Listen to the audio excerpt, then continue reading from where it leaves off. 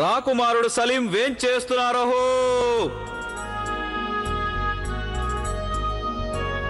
అస్సలాం వలైకుం షహన్షా, మీరు మమ్మల్ని రమ్మన్నారట. రండి, ఇలా వచ్చి మా దగ్గర కూర్చోండి. అలాగే.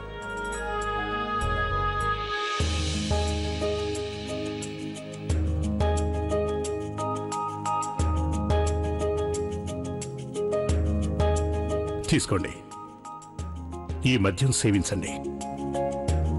షహన్షా, మీ సమక్షంలో మీరు ఎన్నడూ మద్యమే సేవించినట్లు మాట్లాడుతున్నారు షేక్. షేక్, ఈ మద్యపానం జరగబోతోంది ఉత్సవం కోసం. అదేంటంటే మన తండ్రి కొడుకులం ఇద్దరం యుద్ధంలో సాధించిన విజయానికి జరిగే ఉత్సవం ఇది. ఇప్పుడు ఇస్తున్నది మీ సాహసాన్ని అభినందిస్తూ. తీసుకోండి దీన్ని. షేకు, మీరు అతి గొప్ప చలాకితనం ఉంది. పిడుగులాగా దాడి చేస్తారు మీరు. వాహ్, మిమ్మల్ని చూస్తే మాకు చాలా గర్వంగా ఉంది. సేవించండి, మద్యం సేవించండి.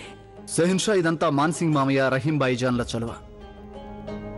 ఈ ఇద్దరి కారణంగానే మేము అంతా నేర్చుకున్నాం. సేవించండి.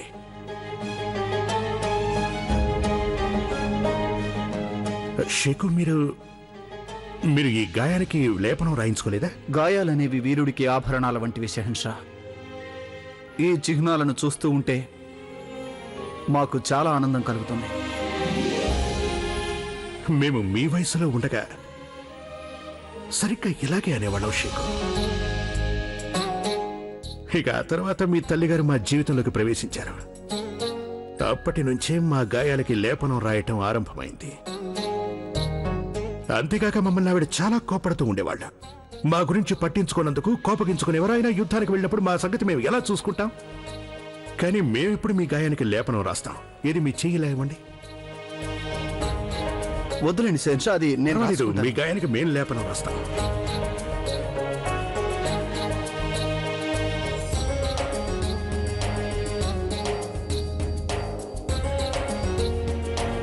ఇదిగోండి, ఇక సేవించండి.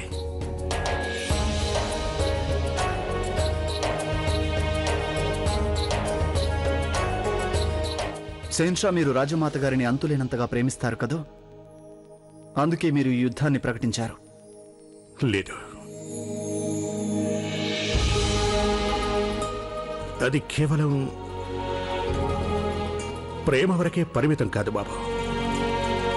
ఇది ఆదర్శాల తప్పొప్పులకి సంబంధించినది.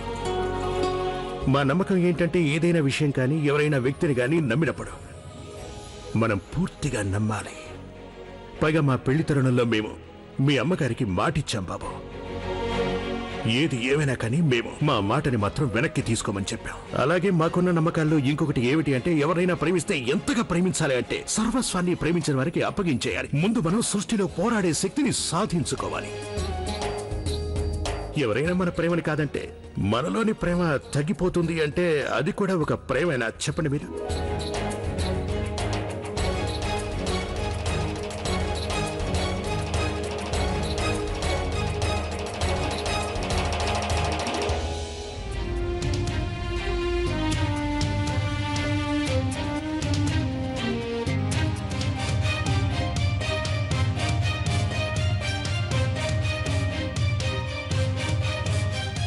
ఇప్పుడు అత్తయ్య గారి ఆరోగ్యం ఎలా ఉంది హకీమా సాహిబా? ఏదో విఘాతం గురించి ఎక్కువగా ఆలోచించడం వల్ల వీరి గుండె మీద ప్రభావం పడింది. మహారాణి గారికి గుండెపోటొచ్చింది. యా అల్లాహ్, నేను ఔషధం ఇచ్చాను, కాని కోలుకోవడానికి కొంత వ్యవధి పడుతుంది. ఇంకా వీరి పరిస్థితి విషమంగానే ఉంది.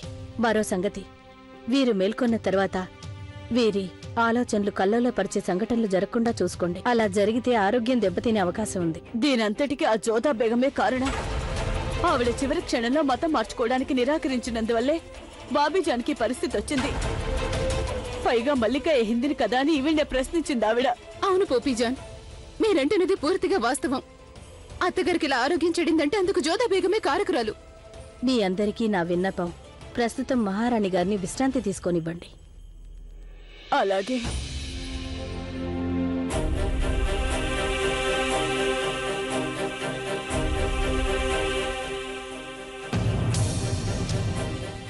హకీమా బేగం, అత్తయ్య గారి ఆరోగ్యం ఇప్పుడు ఎలా ఉంది? హకీమా సాహిబా ఆవిడ విశ్రాంతి తీసుకోమన్నారు. అలాగే ఆవిడ మానసిక స్థితి మీద ఎలాంటి ఒత్తిడి రాకుండా జాగ్రత్తగా చూసుకోమన్నారు. కృష్ణయ్య, అత్తయ్య గారు తొందరగా కోలుకునేలా చేయి తండ్రి. జోదా బేగం, మీరెంత ప్రార్థించినా వాటి వల్ల ఫలితం ఉండదు.